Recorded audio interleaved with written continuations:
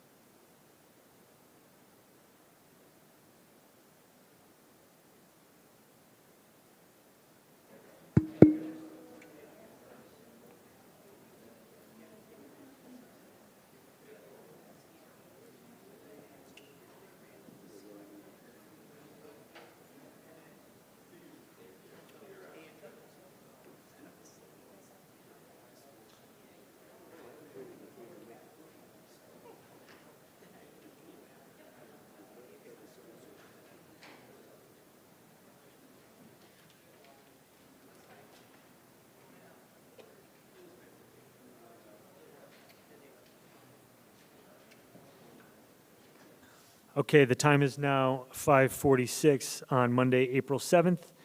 And the Community Development Committee meeting is called to order. May I please have a roll call? Chairman Hayes, Present. Alderman Felix, Present. Alderman Martinez, Present. Alderman Florian, Present. Alderman Donenworth. Present. Thank you, everybody. May I please have a motion and a second for approval of the meeting minutes from the March 3rd, 2025 Community Development Committee meeting? So moved. Second. Are there any questions? Roll call, please. Alderman Donenworth, Aye. Alderman Florian, Aye. Alderman Martinez, Aye. Alderman Felix, Aye. Chairman Hayes. Aye, motion passes. Forgive me, I could have done that as all in favor, so I apologize. Okay, agenda item number 2 is audience time. Is there anyone from the audience that wishes to address the committee about any of the items that are on tonight's agenda, other than those that are here to present? Going once, going twice. Agenda item number 3 is a presentation from the RTA Urban Land Institute Developer Panel. They're going to be presenting to us, so I will let Sam take over. Thank you, Chairman. I'll give the presentation a minute to come up, but you all know me. I am Sam Green. I am a planner within the city's Planning and Zoning Department, here to tell you a little bit about this development panel report that's in front of all of you. The Planning Department is charged with many things. One of those is the redevelopment of our city, notably our lakefront and our downtown. One of the ways we come up with all of these strategies is by calling on experts and hearing what they have to say and letting that inform our strategy. Today I'm going to be presenting on a developer panel hosted by the Regional Transportation Authority and the Urban Land Institute that we worked on with the Waukegan Port District.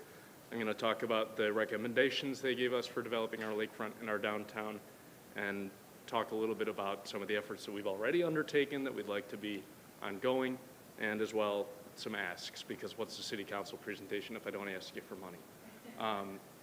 Some of the goals of the report is to develop our lakefront in the way that our city plans call for. For example, developments of ETODs, that stands for Equitable Transit-Oriented Developments. This is a really good site, really close to transit, really close to all the jobs in downtown, and we want to make sure we're building in a way that meets those needs. We also want to advance the plans that the city and the Port District have both developed. And ultimately, the goal of this report was to give us strategies to maximize the development potential of the sites down there. The way they did this was by bringing in a panel of developers by the Urban Land Institute. They gave us honest, unfiltered feedback. They gave us really, really good strategies for these sites. Moving on, we brought the developers to 2 sites in specific. The first one is the Bay Marine site right on the lakefront. The second was a city-owned parking lot directly across the street from that site. While they did look at both of those sites, they looked at the downtown and the lakefront kind of as a whole and in the context of that neighborhood. Next slide. What they noticed ultimately is that the city and the port have very similar visions, but that they're slightly different in a couple of key ways. They really generally said that these uses are the same and that the parks are slightly different in the way they're oriented and sized, but that they recognize the vision and that they see the need to develop in this way. Next slide. On the other end, they also noticed that what's currently down there doesn't really look like those plans, and that there's a lot of work that needs to be done by the port and by the city to reach those ultimate visions set out in both of those plans, and to really transform from what you're seeing there as a very industrial, very truck traffic heavy, disconnected lakefront. In order to transform that, they gave us 3 recommendations. The 3 recommendations were to align the visions, the approvals, and the funding sources, kind of making sure that we're all on the same page about what exactly we want to see down there, how we approve all these developments, how we can fund them. Resolving the unknowns. There's a lot of questions that we as a team are trying to answer and figure out before that development comes. And ultimately they said, hey, there's a lot of work that needs to be done. So while you're laying all that groundwork, while you're getting things in line, prioritize your downtown. It's more ready to go. You've got some sites where you can get a proof of concept going. And while you do that, try to connect them better. Try to make it easier to get from the lakefront to the downtown and vice versa. Really make it a seamless lakefront downtown. So what are we doing so far? First, we started with setting up regular meetings with the port and the city and our development consultant. I hope they would agree that those have been very helpful in just getting ourselves on the same page, setting ourselves up for success. And from those meetings, we've gotten a lot more clarity on some of the questions that were posed in this panel. For example, we learned about the port's ability to sell versus lease land. We're getting better as a city about understanding our incentives, what kinds of incentives we can mix, what kinds of changes we need to make in ordinances in order to bring that forward. And also we're trying to get a little bit more movement on the Great Park site. So if you saw in those development visions, in each of them there's a park. While they're different in the plan and their scale and their size, we're moving forward on transferring 3 of those sites to the city so that we can kind of activate them a little bit more, start to turn that into more of a usable space instead of just parking lots and concrete. We're also moving forward with the Amstutz Sheridan Corridor feasibility study. We received money from the state to do that first step in really transforming that corridor. We're going to obviously keep prioritizing grants there. And then environmental investigations on certain sites and cleanup of certain sites. There's a lot of environmental cleanup that needs to be done down there. We'd like to keep going on understanding just how much and just what is down there that needs to be removed before development can come in. As far as downtown initiatives, you remember last year we adopted the Unified Development Ordinance that allows us to build the kinds of buildings called for in those plans and that those developers said is what to have down there. Friendly reminder that we're going to be bringing forward some updates in a couple months, so we'd love to talk to you about those. We also have a downtown housing market study coming very shortly. We want to know just how many units our downtown can hold, how quickly people can fill those units, what kinds of rents people can expect. We've seen initial bits and pieces so far, and I can tell you it looks pretty good. We're excited to have the final product to you soon. And we're also going to move forward with our first downtown parking lot, our city-owned parking lot, RFQ and RFP for development. Hopefully that'll release sometime this summer and get a really good first proof of concept new build development. Some of the key action items that we'd like to do now that we've got this base groundwork going. The developers really hampered on burial of utility lines. They said it added to the industrial feel down there. They thought that, developers weren't really going to be interested in an area that had that feel, and burying those utility lines is a good way to start that. Continued support for the Amstutz and Great Park grant applications. Federal landscape's a little weird right now, but there are still opportunities out there where we can get those connections established. You've been great about supporting those grants in the past, and we hope that that continues. Like I mentioned, environmental assessments, though we've done some cleanups, there's a lot more that we need to just know how much the cleanup is going to cost, what that time frame looks like. A predetermined incentive package was one thing they mentioned, understanding not only what incentives there are, but maybe beforehand what we'd be comfortable giving, so that when a developer knocks on our door and says, hey, we'd like to build, what can you offer us? We don't have to waste time kind of negotiating that. We have a deal ready to go. Just an idea for thought. And the last one I have on there is strategic land transfers and acquisitions. Like I mentioned, we're working with the Port District to wonder about, maybe taking on some of those great park sites to develop that. Maybe we're going to work with the port as well to give them a couple sites for a new boat launch. Whatever it is, whatever the plans develop to be, strategic land transfers and acquisitions is going to be part of that.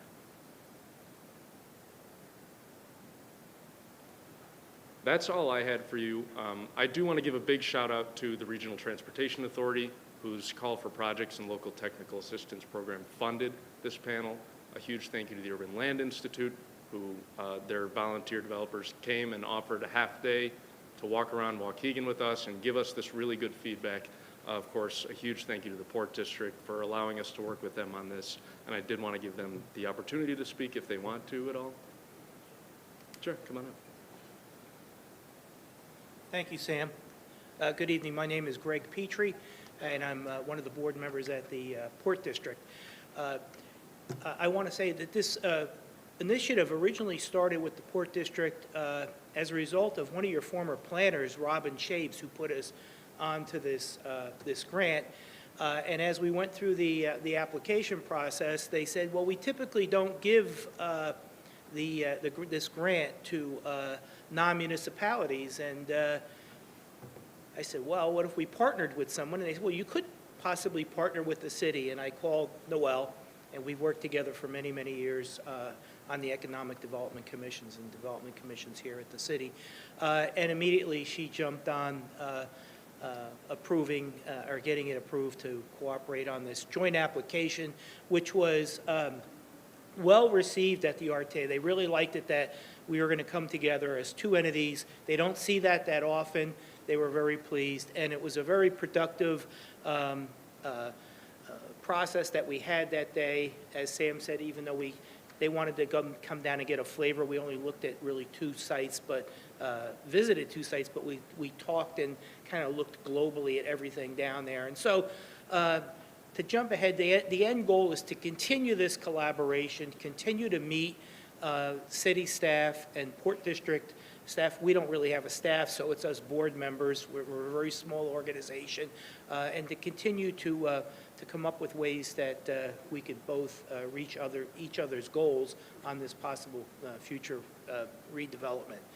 So with that, if anybody has any questions, we're just so thankful that the city partnered with us, and we're moving in the right direction, and we hope with the new administration we can continue this collaboration. And again, if there's any questions.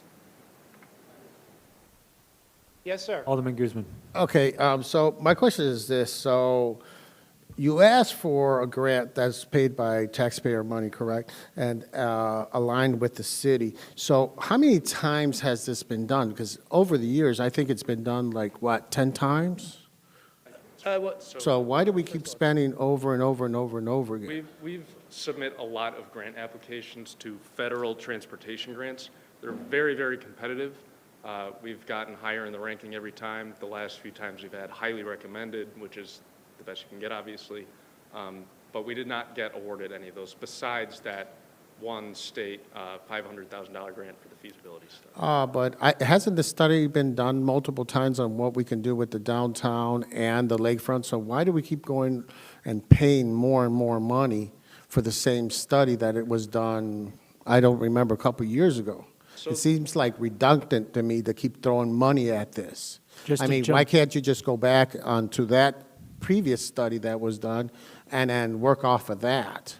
The feasibility study for the road has not been done. I understand the confusion since we've come to you asking for money for that a lot of times with every time we apply for it.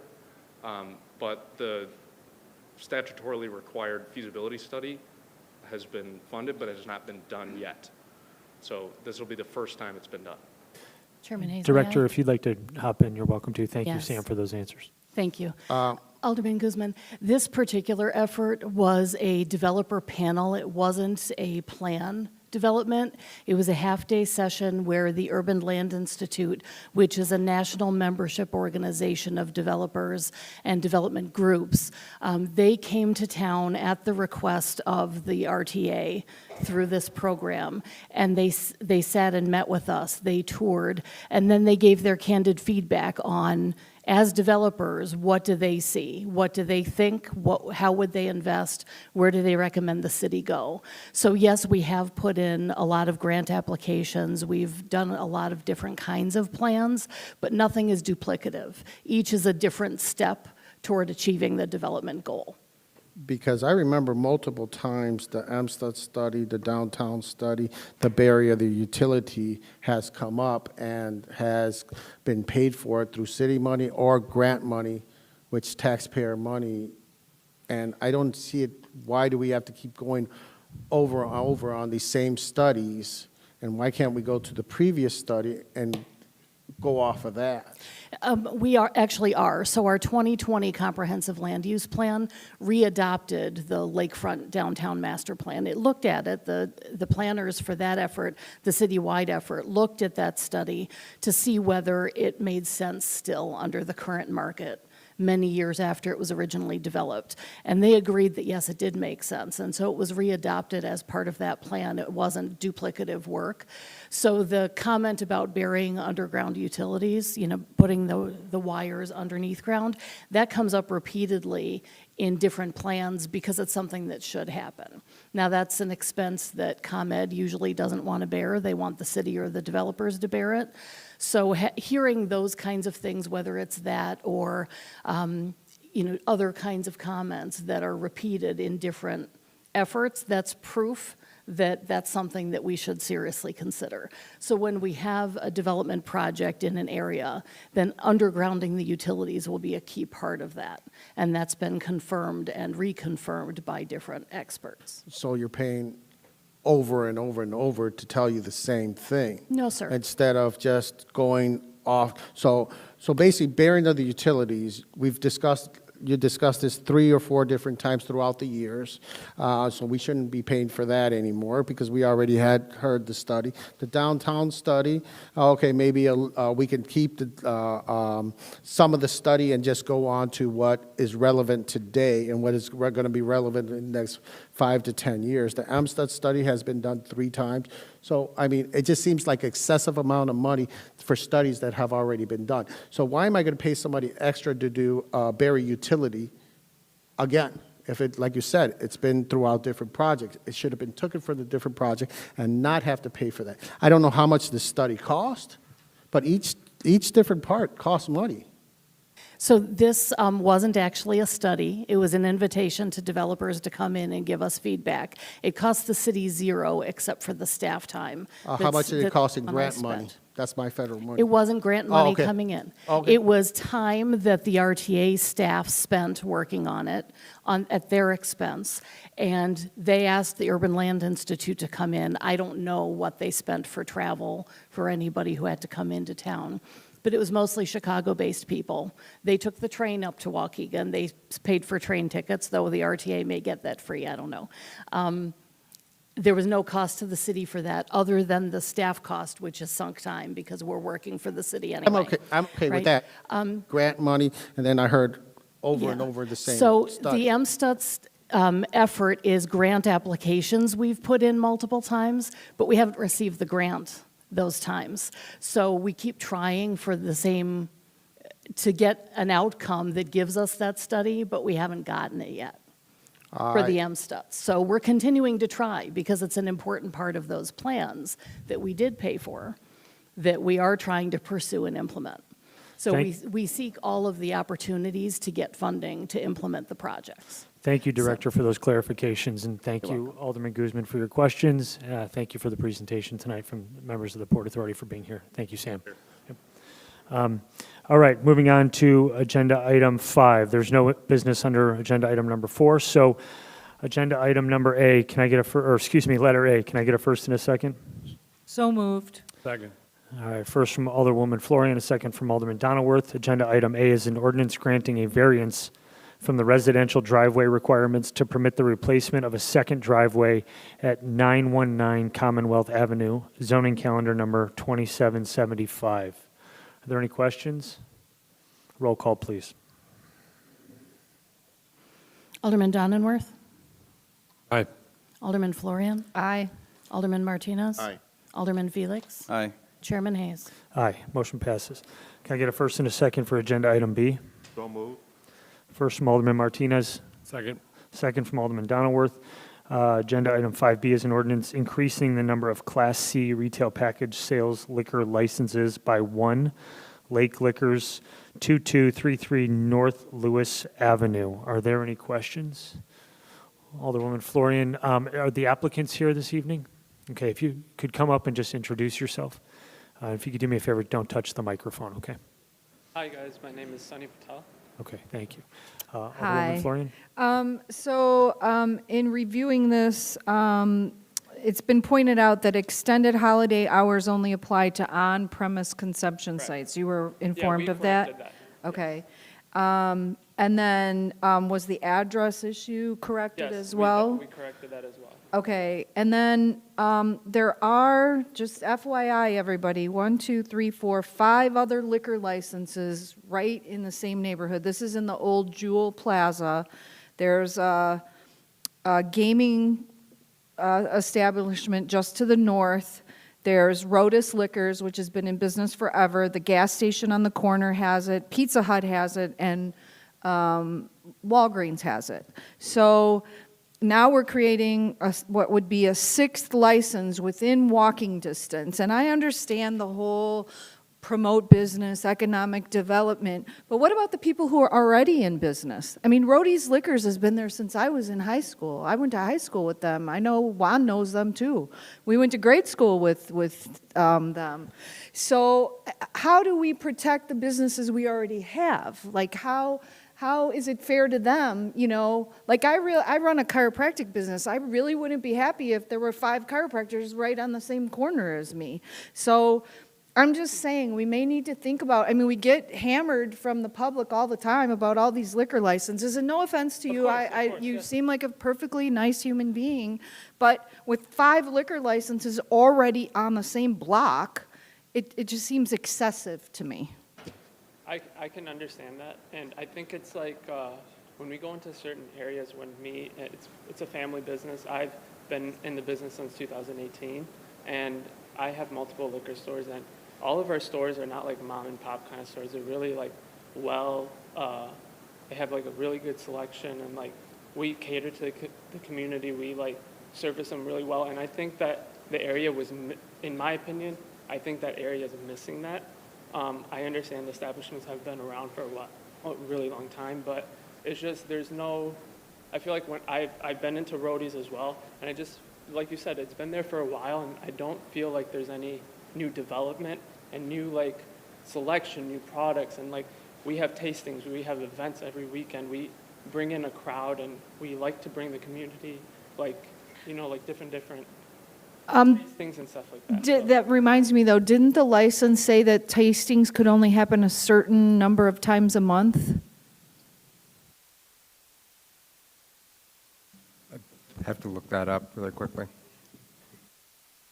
And we would follow that, of course, you know.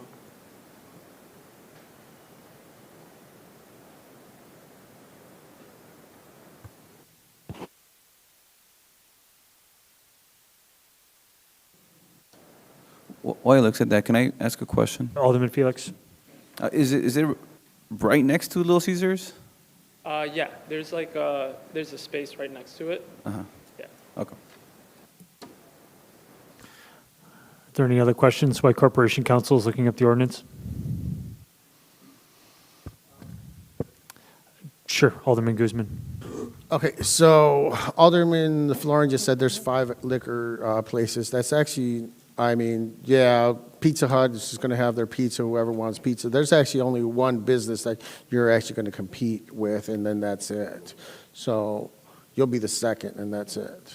Yeah. I mean, you're not going to compete with Walgreens. People go to Walgreens, they grab a beer or whatever they have, and then that's it. Correct. And You they have a very- more of assortment Yeah. and stuff, so. They have a limited selection. So it's actually only one, not 5. Thank you. Are you stating you have more higher class alcohol? in Well, your- yeah, we'll have like assortment, a large variety. Like if you go into any of our liquor stores, we have stuff from top shelf and we have medium shelf, low shelf, but we try to develop people's tastes and have them introduce them to a variety of different products. And that's why we like to do tastings, but of course we'd follow whatever the ordinances and, you know, whatever the rules are. Okay. Any other questions? I don't see in the liquor, in the actual liquor ordinance, a specific limit on the frequency of tastings. It is allowed under Class C, and, but there's not a specific limit on it. As far as I can tell, it says from time to time, but I'm not seeing a specific limit. That's what I'm seeing as well. Okay, all right. You may want to clarify that, because that's kind of, I mean, why even say it then? Time to time means something completely different to everybody. To some people, that may be once a day. To other people, that might be once a month. Or are you having a tasting whenever? Oh, no, Can we- someone ask for a tasting? No. Or you're advertising a tasting? Usually it happens we try to just promote, like different vendors want to promote different wines or different stuff, so then we'll just do it on the weekends when it's like more of a higher traffic time. And it just gives the customers an opportunity to try new stuff. And yeah, and it brings in people because they know, hey, there's a tasting going on, let me go try something new, so, yeah. Thank you. Are there any other questions for the applicant? Alderman Martinez. Yeah, you seem very confident. Do you have other liquor stores that you run, or? Yes, yeah, we Okay, have and then several. you do know that that's a very populated, it's a dense, that you have the apartment complex, and then you have the other apartment complex across the street. Correct. So that's a very populated area. Yes. Are you going to have security, or how are you going to, do you have a plan in order to deter loitering, or what is something that you can tell us that to prevent? I have stores in the city. I also, my mom, she has a store over here in Park City where I grew up and I kind of like worked at and helped out at when I was starting. So, I mean, we have our security, we have security, stuff like that, where we have like, and we have like no loitering around the premises and stuff like that. But we haven't had any, to be honest, at any of our establishments, we haven't had any major issues like that where they were concerning and we have to have like a security guard 24/7, right? So, I mean, if it came up, we would definitely look into it and do whatever we need to. And so is this going to be a family-owned business, or is it like a chain? Family. Okay. But it's not like like I said, it's not mom and pop. We build out stores really well. We have several stores.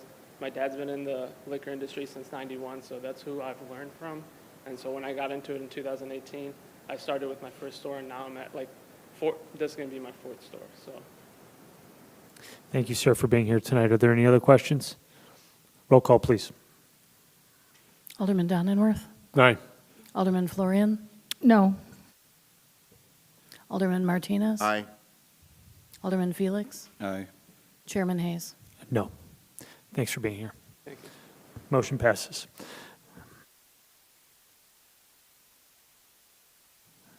Agenda item C, agenda item C. Can I get a first and a second? So move? A first by Alderman Martinez, a second by Alderman Donilworth, if I got that right. C is an ordinance increasing the number of Class A tavern liquor licenses by 1 for Toluca's Restaurant and Cantina, Inc. at 1415 Washington Street. Is the applicant here this evening? Are there any questions? Okay. If you come on up. Thank you.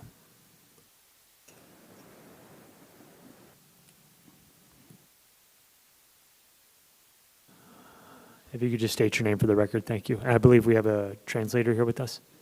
Okay, great, thanks. Ok, mi nombre es María García, y vengo representando Cantina Restaurant. So my name is Maria, and I'm here to represent Toluca's Restaurant. Great, thank you. I have a couple questions. It was said earlier by someone else in the establishment, they've been open for 2 years already. Have they been paying food and beverage tax that time on this location? Dice que anteriormente alguien había mencionado que han estado abiertos por 2 años. ¿Han pagado las taxas de la bebida y alcohol? Sí, todo. Todo se ha pagado. That everything has been paid for. Okay, thank you. And then a nightclub endorsement is needed if you want nighttime entertainment along with serving alcoholic liquor, offering live or pre-recorded music or other performances, dancing, and if you're going to charge a fee or to enter the premises. So, did you get all that? Yeah, for the most part. Okay. Entonces, Go ahead. okay.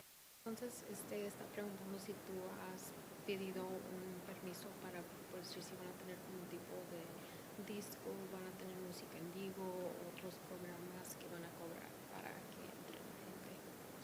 No, anteriormente nunca se ha pedido un permiso para poder cobrar. Nunca hemos manejado alguna tarifa, nunca hemos cobrado.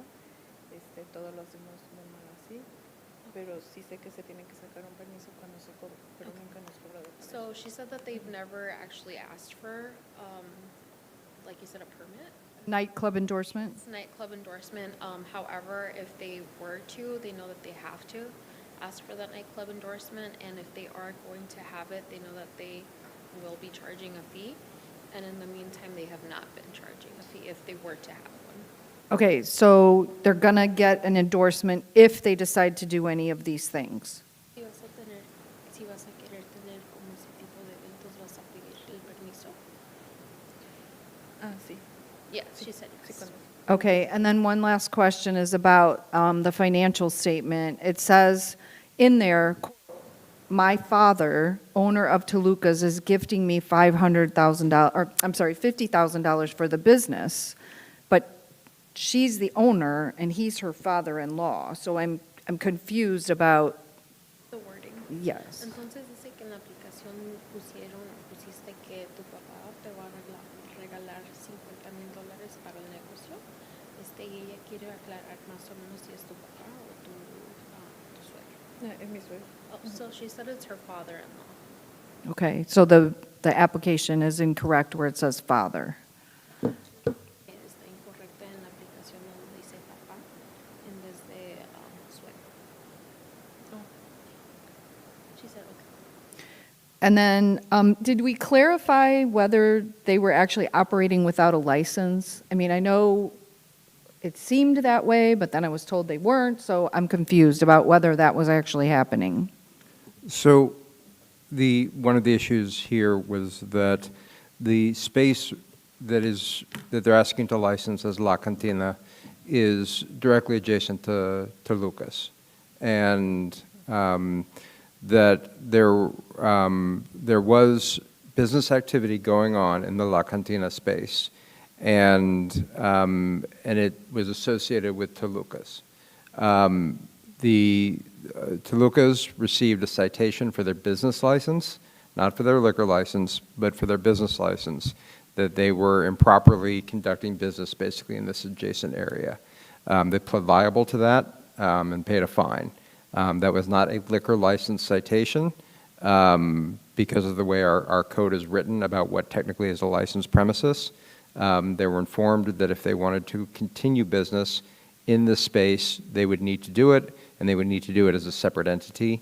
And so that after that, I believe that we did not have any indications of non-compliance after that. But wasn't the license for Toluca's a certain area? Like, wasn't it a certain, because one of the things we require in the application is what is your square footage, what's the layout? So didn't the license only apply to that layout? That is something that has been clarified. It was not clear previously.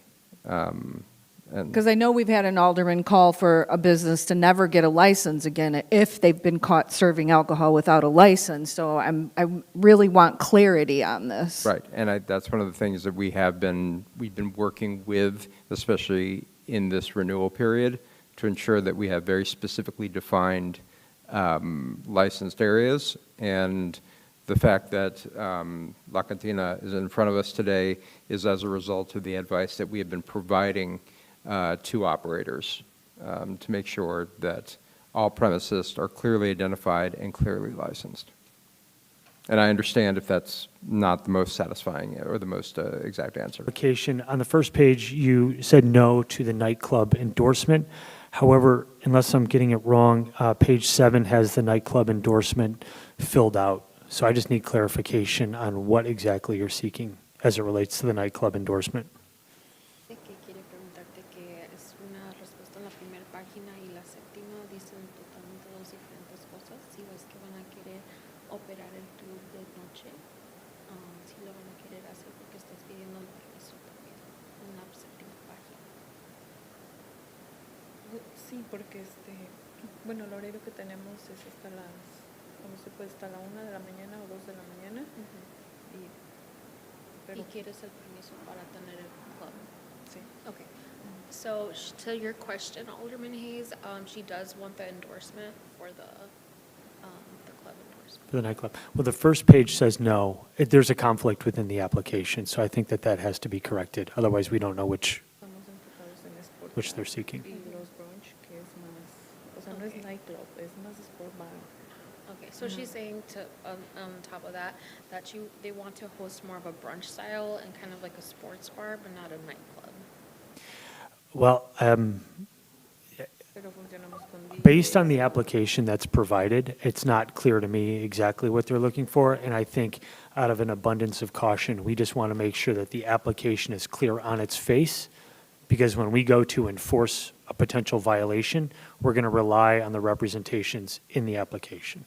Entonces lo que dice es que quiere que esté la aplicación claramente porque lo que dice la primera página y la séptima no coincide y quiere que toda la aplicación sea constante porque si tal vez en el futuro si hay una violación de la ley o lo que sea, quieren basarse en lo que dice la aplicación para hacer todo apropiadamente. Ok, no recuerdo exactamente qué es lo que dice cada página y no sé en qué, a lo mejor me confundí, pero sí estamos, o sea, estamos más enfocados en sport bar, DJ, brunch, y así. Okay, so she needs. Oh, yeah. So her concern is that she doesn't remember what exactly she put on the application as of now. However, like I said previously, their main focus is to kind of construct more of a sports bar kind of brunch style. But as you mentioned, that it could be a conflict if they were to ever arise.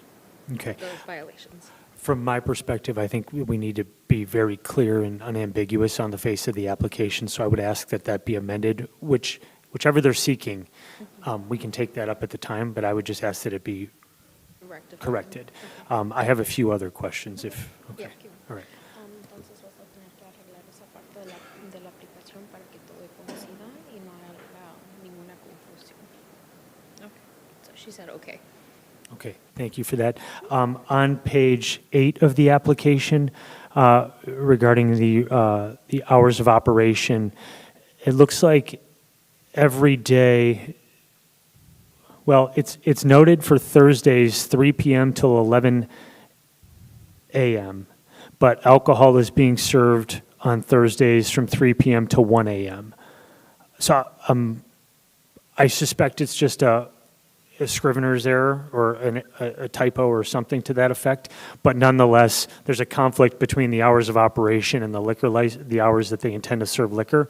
That will have to be corrected as well, for the same reasons. Entonces dice que también las horas de operación en donde el miércoles y jueves tienen diferentes horas que conflictan con lo que dice la licencia de licor.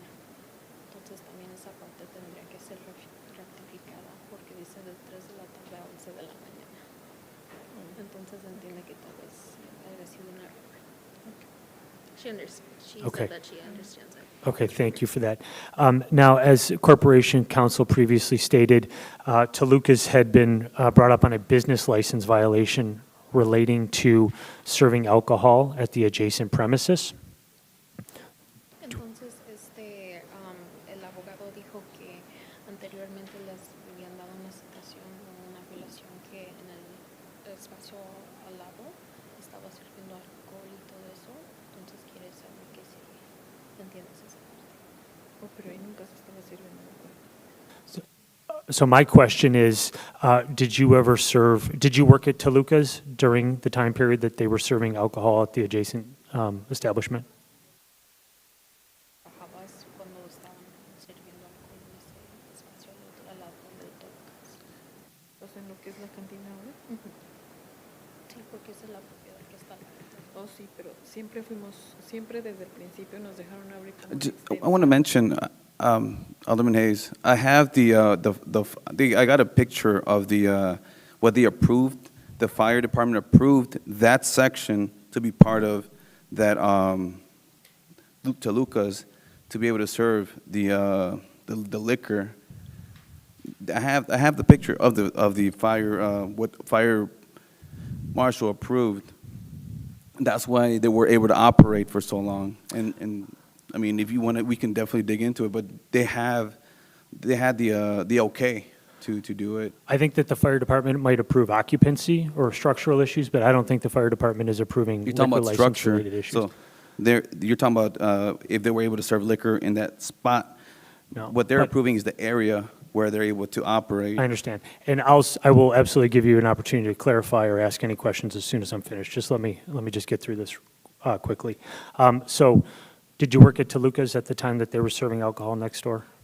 Cuando estaban ahí operando en esa área. Sí, desde el principio la ciudad nos dio permiso nos hicieron un par de señalamientos que abriéramos unas puertas y así, que se iba a trabajar como extensión del restaurante, que no ocupábamos otra licencia, que con la misma licencia del restaurante podíamos estar trabajando esta área, porque era parte de, y así estuvimos operando, pero So con she's- permiso de la ciudad. Okay, so she said yes, that she was present during the time of that. However, that the city had allowed for an extension of the property, and then that extension could be operated as part of Toluca. So they, Okay, thank you. We will get clarification on the exact business violation that was the owner pled liable to, but I just wanted clarification around whether you were actually serving patrons at the adjacent property to Toluca's. quiere saber si se estaba sirviendo el alcohol a la gente que participaba en la otra área. ¿Cómo que se estaba haciendo? Que si le estaban vendiendo licor a la gente que estaba en esa propiedad de la tienda. En la parte del que nos dejaron abrir, sí. She said yes, in that area that was adjacent to the property, that yes, they were serving. Okay, she served alcohol over there. Okay, thank you. Now, the owner of Toluca's, is that Jorge Lagunas? El dueño de Tolucas es Jorge Lagunas? Yes. Okay. And, pardon me, is it Mr. Lagunas who's investing the $50,000 into La Cantina? El señor Lagunas es la persona que está invirtiendo los $50,000 en la cantina. Yo no recuerdo en qué parte puse esa, pero él nos está auxiliando para esa inversión, sí. Okay. She said she doesn't recall on what part of the application, but yes, he is providing that. Okay, so, investment. just so I'm clear, it's Mr. Lagunas is investing the $50,000 into La Cantina, correct? Yeah. Yes, okay. Thank you. So with respect to La Cantina, should it open, are you going to manage day-to-day operations? Dice que si usted va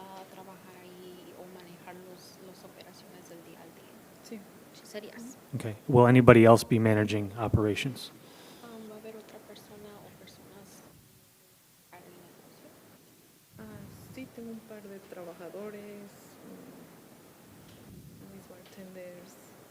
She said yes, her workers, a bartender, so essentially the staff. Who's going to manage the staff? ¿Quién va a manejar la gente? Yo. She said she will. Okay. Will anybody else manage the staff? Tal vez otra persona que va a ayudarte a manejar el personal. El personal no, el personal es mi parte y mi esposo se dedica a lo de marketing. Okay, so she said that she will be handling the management part of the employees and that her husband will be managing like the marketing aspect of it. Could you give me the name of your husband? Dice que cómo se llama su esposo.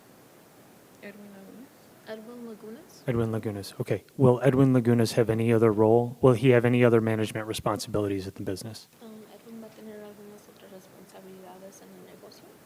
No, él simplemente marketing, yo voy a manejar todo lo que tenga que ver con los empleados, órdenes de alcohol.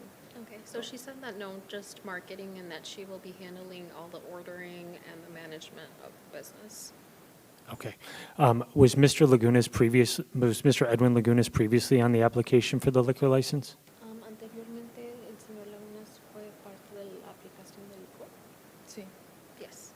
Under that application, what was his role going to be within the establishment? Debajo de la aplicación original que iba a ser su rol en el negocio. yo normalmente le ayudo con todo lo administrativo y las órdenes. No, pero él, ¿qué es lo que iba a hacer? Anteriormente, él, pues marketing y más con la gente, pero pues ahora yo. Okay, so she said that originally in the application, he was going to be working as marketing and then also managing the employee personnel. So just so I'm clear and for the record, Mr. Edwin Lagunas will not have any other management responsibility other than marketing. Entonces él no va a tener ninguna otra responsabilidad más que el marketing. That's correct. That's correct? Mhm. Okay. Consulting. All right, thank you for that. Alderman Felix, I know you have a few questions. The reason I'm asking so many questions, just so you know, ma'am, I'm not trying to be rude, is that there was quite a bit of reporting of wrongdoing at Toluca's beforehand, which is why they were in here on a business license violation. And in fact, it was even current aldermen that we have up here who reported the business violation. I think it was Alderman Felix that reported the business violation. So I just want to make sure that we're not going to have this issue again in the future. Should you get your license, I want you to succeed, but I want to make sure that it's all done correctly. Entonces la razón por tantas preguntas que tiene es que quiere que exija todo bien de una forma y más que nada aquí les quiere hacer lo mejor para su negocio. Thank you. She said thank you. Okay, I appreciate you answering all of my questions. Thank you very much. Alderman Felix? Yeah, I appreciate you asking all those questions, because definitely we need to clarify everything. Just one thing that I did here, in terms of the translation, when you asked if they were serving in that area, what the response was, what I heard is they were serving in the area they were approved for, not just like, yeah, we were serving there. That's what I heard. Alderman Felix, just so we're clear, we have a translator here, and it's the translator's job to translate what the applicant is saying, not for us up here to translate what she's saying. No, I understand. So but- I think that the translator is very capable Oh, yeah. and has No, done she it is. accurately. Oh, yeah, she did great, perfect. Just want to make sure I clarify that. And also. It's not a the- clarification. Madam Translator, did you translate everything to the best of your ability? Yes, I Okay, did. and as Thank you stand here today, was it correct? Yes. True and accurate? Yes. Thank you. And if you have any questions or would like me to Yeah. re-answer a question, please let me know. Okay, thank you for clarifying that. Do you have any other questions? I'm not done yet, but I'll be done quick. I just wanted to make sure I clarify that. But also did want to make sure that, to state also that that's the main reason they're here. They want to make sure they're doing the right things. And, that's why they were able to answer all these questions. But, I think that that's what they want to. They want to just do the right thing. So that's it for me. Thank you. Okay, thanks. And the main reason I'm asking all these questions is because you had previously reported an ordinance violation onto Lucas, so I want to make sure that we're not going to have this issue at La Cantina. Yes. That is the reason for my barrage of questions, and I thank you for and everyone else for putting up with it. Thank you. Roll call, please. Alderman Donenworth? No. Alderman Florian? No. Alderman Martinez? You know, I do believe in second chances, so my vote is yes. Alderman Felix? Aye. Chairman Hayes? No. This will go up to the city council with a negative recommendation from the committee. Thank you, ma'am, for being here. I appreciate your time. Agenda item D. Can I have a first and a second? First. Second. First from Alderman Donilworth, a second from Alderwoman Florian. Agenda item D is an ordinance granting an amendment to the conditional use permit to extend the hours of business for the banquet hall at 701 Pine Street, zoning calendar number 2776. Is the applicant here? Come on up, ma'am. Well, first of all, are there any questions? Okay. Please come up and state your name for the record, ma'am. Thank you. Alderwoman Florian.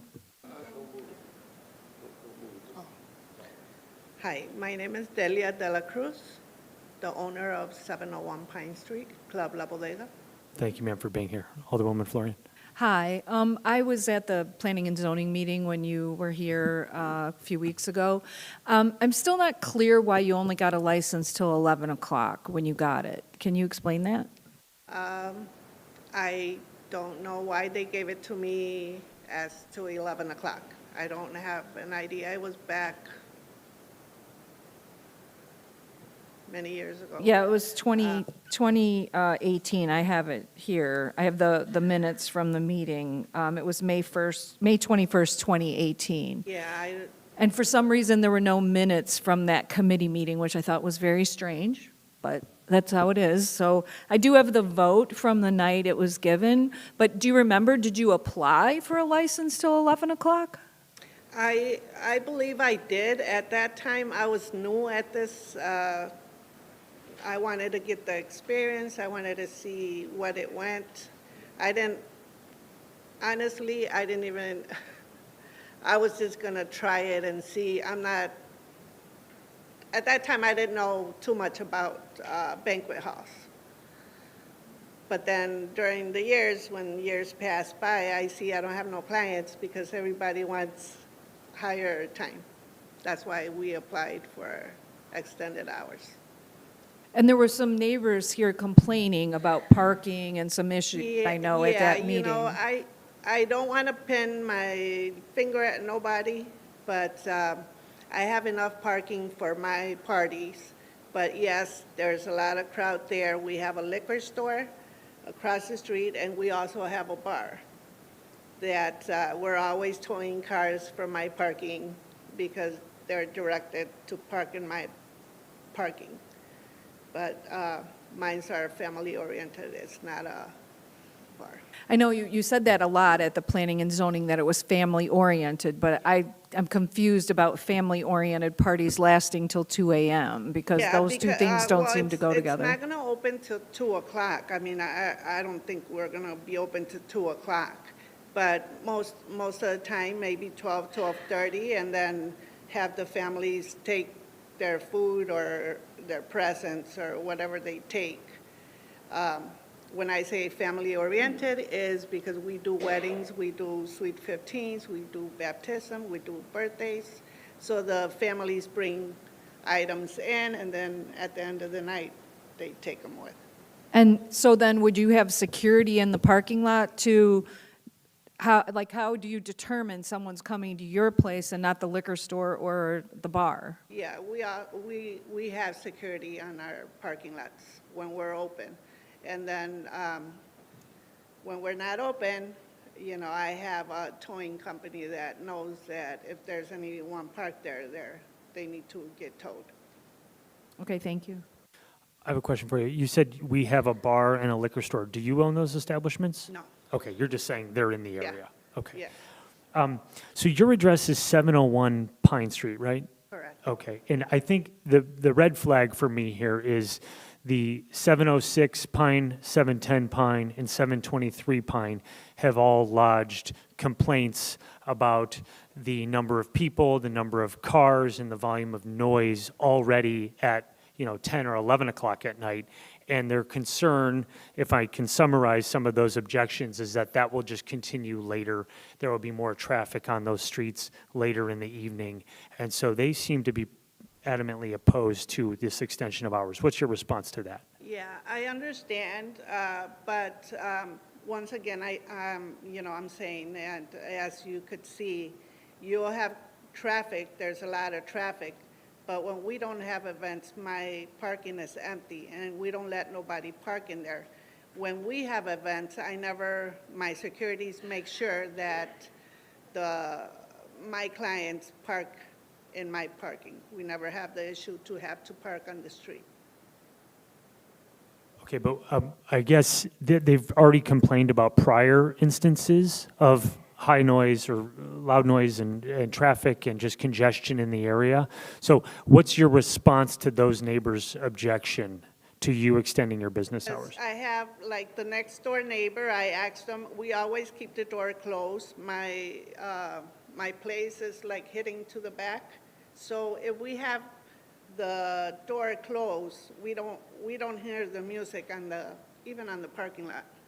So we always keep our, when he said, I don't know if you were here, when he said there was a speaker outside in the parking lot. It was once because they were giving food out, and as soon as I got notified, I went and told them, we can't have that speaker there. It was like 10 o'clock in the morning when they did this, and ever since then, we don't have no speakers outside.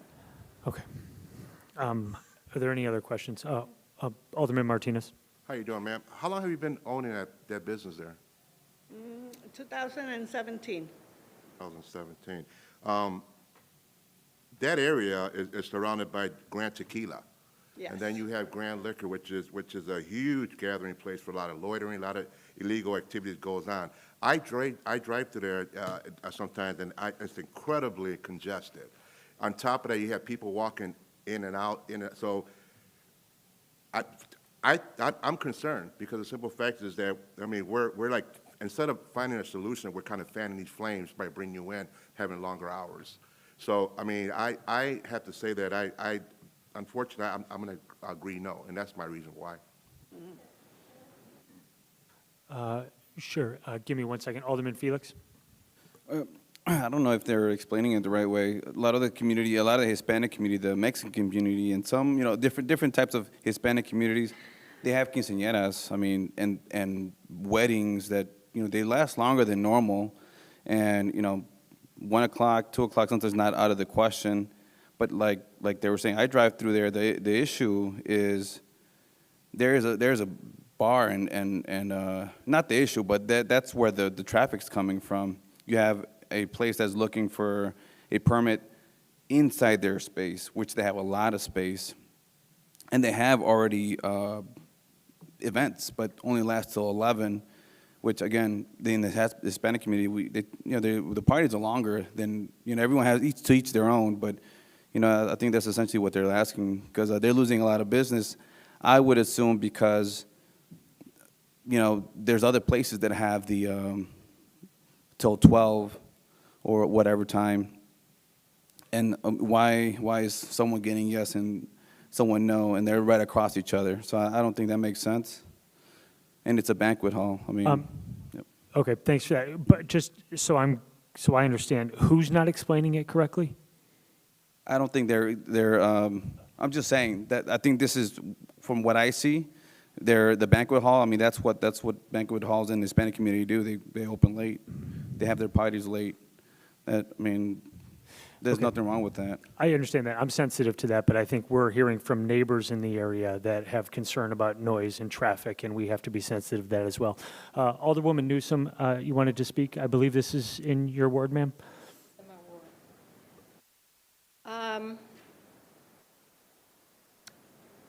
Delia has run a good business there. And like it's been stated, there's Grand Tequila there that most of the issues come from.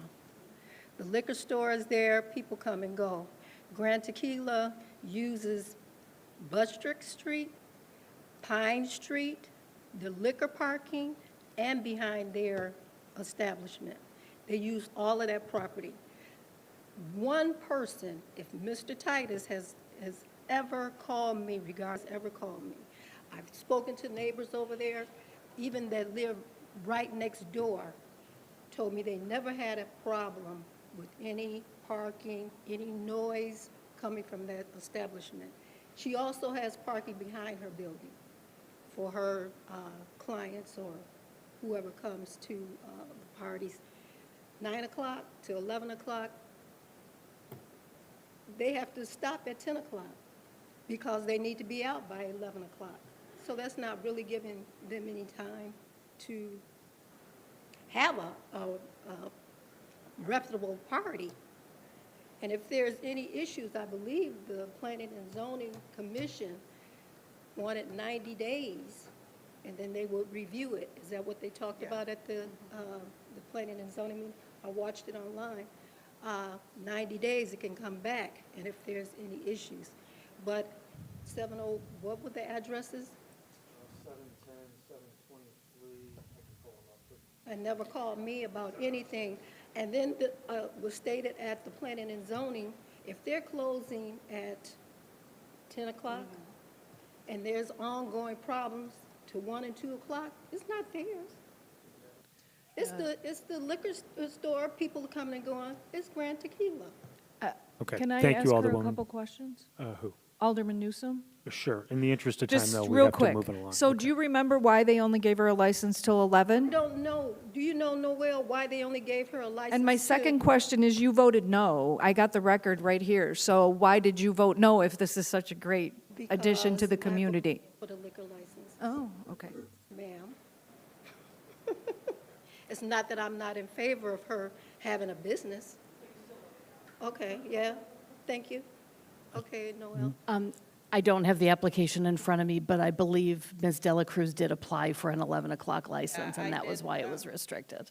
And as she said, she was new to it, she was just starting up, and she was envisioning something happening. But I think from a staff perspective, we understand that most of these places have a later license that complies with their liquor license, so. Okay, thank you. Alderman Guzman, I apologize, but we have 14 minutes until the council meeting, so this will come up again before city council, so I'm just going to try to move it along. If there's no other questions from members of the committee, Alderwoman Newsom, thank you for speaking on her behalf. Roll call, please. Alderman Donenworth? Aye. I'm sorry, sir, I didn't hear you. Aye. Thank you. Alderman Florian? Aye. Alderman Martinez? No. Alderman Felix? Aye. Chairman Hayes? No. Motion passes. Agenda item D, or excuse me, E. Can I have a first and a second? So move. First from Alderman Martinez, a second Second. from Alderwoman Florian. Agenda item E is an ordinance granting a variance from the front and interior side yard setback requirements adjacent to R3 General Residential District in the B2 Community Shopping District to permit the reconstruction of a non-conforming building at 506 10th Street, zoning calendar 2777. Noel, can you give us a 30-second version on what's going on here? It's a simple issue with the rules of the zoning. Both properties have the same property owner, and we have no concerns about it at the Planning and Zoning Department. Okay, thank you. Are there any other questions to agenda item E? Roll call, please. Alderman Donenworth? Aye. Alderman Florian? Aye. Alderman Martinez? Aye. Alderman Felix? Aye. Chairman Hayes? Aye. Motion passes. Agenda item F. Can I have a first and a second? So moved. Second. First by Alderwoman Florian, second by Alderman Martinez. Thank you. Agenda item F is an ordinance granting a conditional use permit for age-restricted multi-unit residential above-the-ground floor at 3670 Casimir Pulaski Drive, zoning calendar number 2778. Are there any questions? Roll call, please. Alderman Donenworth? Aye. Alderman Florian? Aye. Alderman Martinez? Aye. Alderman Felix? Aye. Chairman Hayes? Aye. Motion passes. Can I have a first and a second for item G? So First. moved. First by Alderman Donaldworth, Second. excuse me. Second by Alderwoman Florian. Agenda item G is a resolution approving a professional services agreement with Deegan Group for environmental services at 200 East Seahorse Drive, former Johnson Motors site, OMC Plant 1, BRP site, in the amount of $113,185. Are there any questions? Roll call, please. Alderman Donenworth? Aye. Alderman Florian? Aye. Alderman Martinez? Aye. Alderman Felix? Aye. Chairman Hayes? Aye, motion passes. Can I get a first and a second for agenda item H? So moved. Second.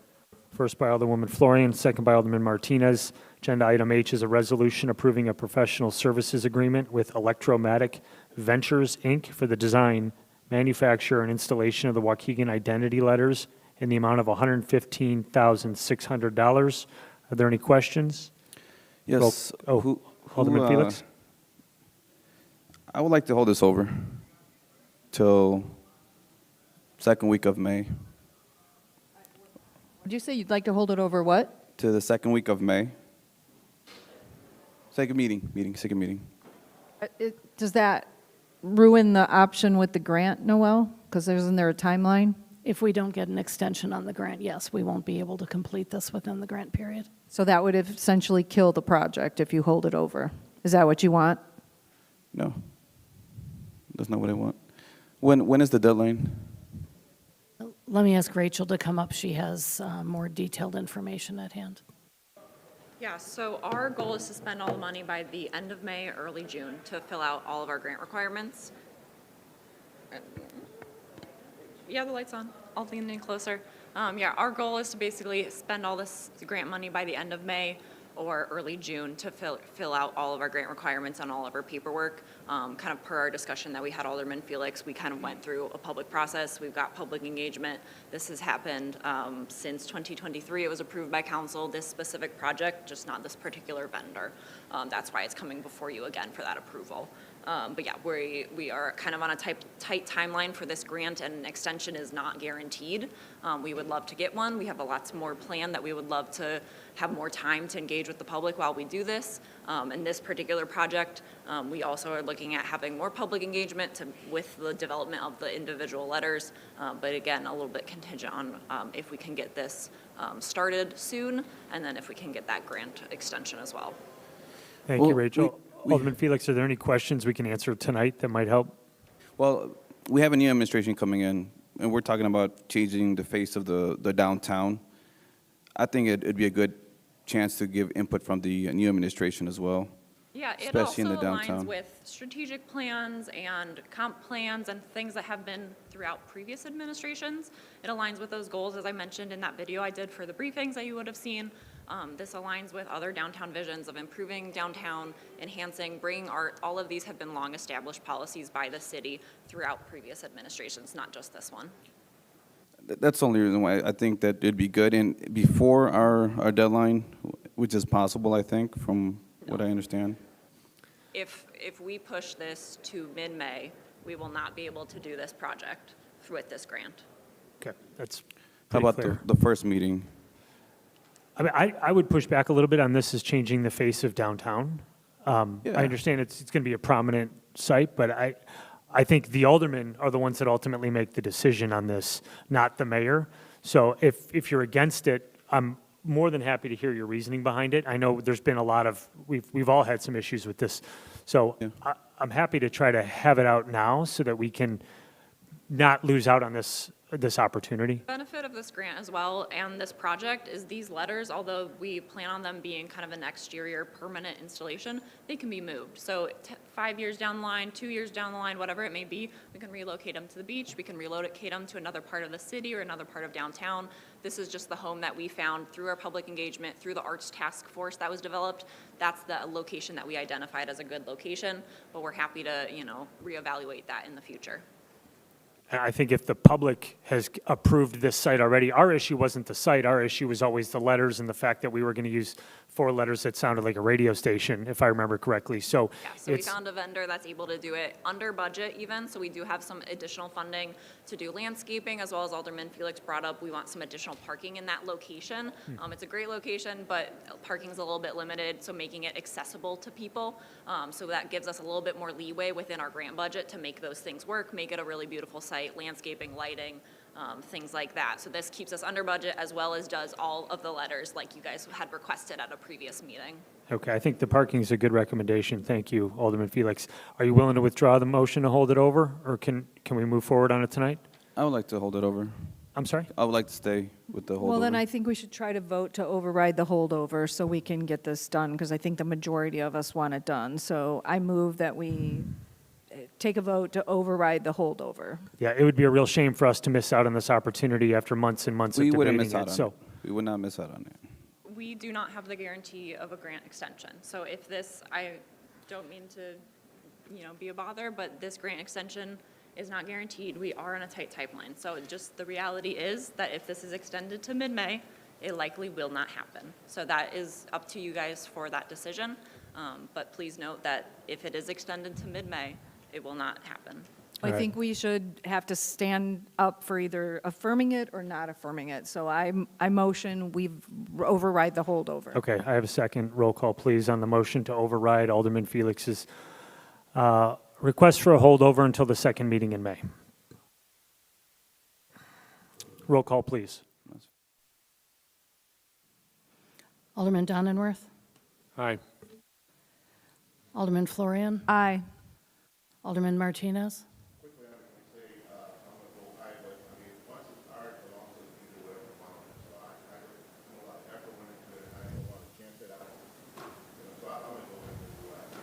Alderman Felix, No. Chairman Hayes. Aye. Motion to hold over, or excuse me, a motion to override is granted. So what do we have to do now? Take a motion on agenda item H? I had the motion from Alderman Florian and the second You from just go Alderman back to the Martinez. original motion. Okay, so now we're taking a vote on the original motion, right? Okay. I said it inarticulately, forgive me. All right, roll call, please, on agenda item H as drafted. Alderman Donenworth, Aye. Alderman Florian, Aye. Alderman Martinez, Alderman Felix, No. Chairman Hayes. Aye, motion passes. Agenda item I, can I have a first and a second? So moved. Second. First by Alderwoman Florian, a second by Alderman Martinez. Agenda item I is a resolution authorizing the approval of a contract with Leopardo Companies, Inc. for the demolition and renovation of police department training room bathrooms per section 2-458 subsection I-3, joint purchasing for an amount not to exceed $211,417,047. Are there any questions? Oh, I'm sorry, Alderman Felix. So what was the change in from last time to this time? With respect to what? But I know before they took it out, they were like, never mind, and then we brought it back up, so this is not the first time. Is there any reason to the change? I think we can have DC Neal come on up and explain it to us. I know you explained it at the briefings, if you don't mind just telling us what changed. We weren't prepared. In what way? We had to consider some things involving the project. We had to get back in touch with Leopardo for the expected timeline, and I can't recall the other things. But I know we rushed it in, and we weren't prepared to present it to you. Any other, Alderman Guzman, again, forgive me. Alderman Donenworth, Aye. Alderman Florian, Aye. Alderman Martinez, Alderman Felix, Aye. Chairman Hayes. Aye, motion passes. Thank you. Agenda item J, can I have a first and a second? So moved. Second? First by Alderwoman Florian, second by Alderman Martinez. Agenda item J is a resolution approving the purchase of two 2024 F-150 Super Crew cabs for the Police Department Truck Enforcement Unit. Any questions? Alderman Hayes, I'm just going to note for the next two ones, the price was included on board docs and is in the resolution. It was not included in the title, so the total for this is $95,920 for the two trucks. Thank you for the clarification, Council. Any questions based on that? Roll call, please. Alderman Donenworth? Aye. Alderman Florian? Aye. Alderman Martinez? Aye. Alderman Felix? Aye. Chairman Hayes? Aye, motion passes. Agenda item K is a resolution to purchase SAW 3, that's a great name, weighing system for truck enforcement. So moved. First by Alderwoman Florian. Second. Second by Alderman Martinez. Are there any questions? Just in the addition that the amount for this is $75,940. Okay, and forgive me for not understanding entirely how this works, but does this include installation? Oh, all right, so it's a portable weight. Yeah. No, they just go in the truck. You Okay. pull them out, set them up. Great, thank you for that. Roll call, please. Alderman Donenworth? Aye. Alderman Florian? Aye. Alderman Martinez? Aye. Alderman Felix? Aye. Chairman Hayes? Aye, we're coming in just under the wire here. Agenda item L, first and a second, please. So moved. Alderwoman Florian, a second from Second. Alderman Martinez, thank you. Agenda item L is a resolution to procure installation services from Havy for police vehicles. Any questions? Roll call, please. Oh, this Is there in an the amount? This is in the amount of $21,335.60. 21,000 what? $335.60. Thank you. Okay, roll call, please. Alderman Donenworth? Aye. Alderman Florian? Aye. Alderman Martinez? Aye. Alderman Felix? Aye. Chairman Hayes? Aye. Motion passes. Agenda item M was a discussion. We weren't making any decisions tonight, but it was on Alderman Felix's, it was a discussion of changes to the city's towing policy sponsored by Alderman Felix. We're at 7:01 now. I would just ask that this be held to either the next Community Development Committee meeting. It was supposed to be.